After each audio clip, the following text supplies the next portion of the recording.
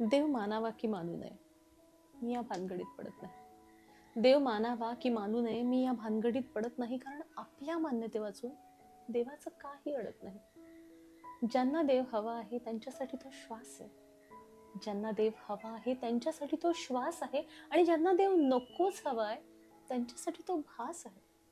आस्तिक नास्तिक वादात मी कधीच पडत नाही. कारण आपल्या मान्यते वाचून देवाचं काही अडत नाही. हार घेऊन रांगेत कधी मी उभा राहत नाही. हार घेऊन रांगेत मी कधी उभा राहत नाही. 1/2 किलो पेढ्यांची लाच देवाला कधीच देत नाही.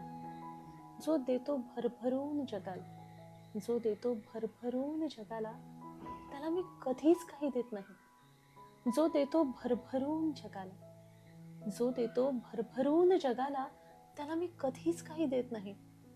आणि आपल्या मान्यते वाचून देवाचं काही अडत नाही. अहो, जे होणारच आहे ते कधी टळत नाही. जे होणारच आहे ते कधी टळत नाही. आणि खाटल्यावर बसून कोणताच हरी पळत नाही.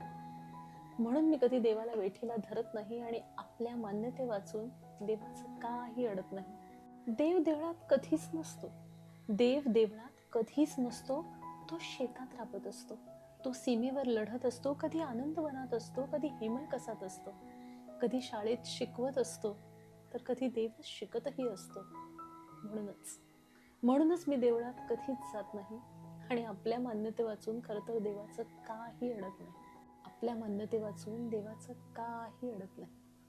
हो ना?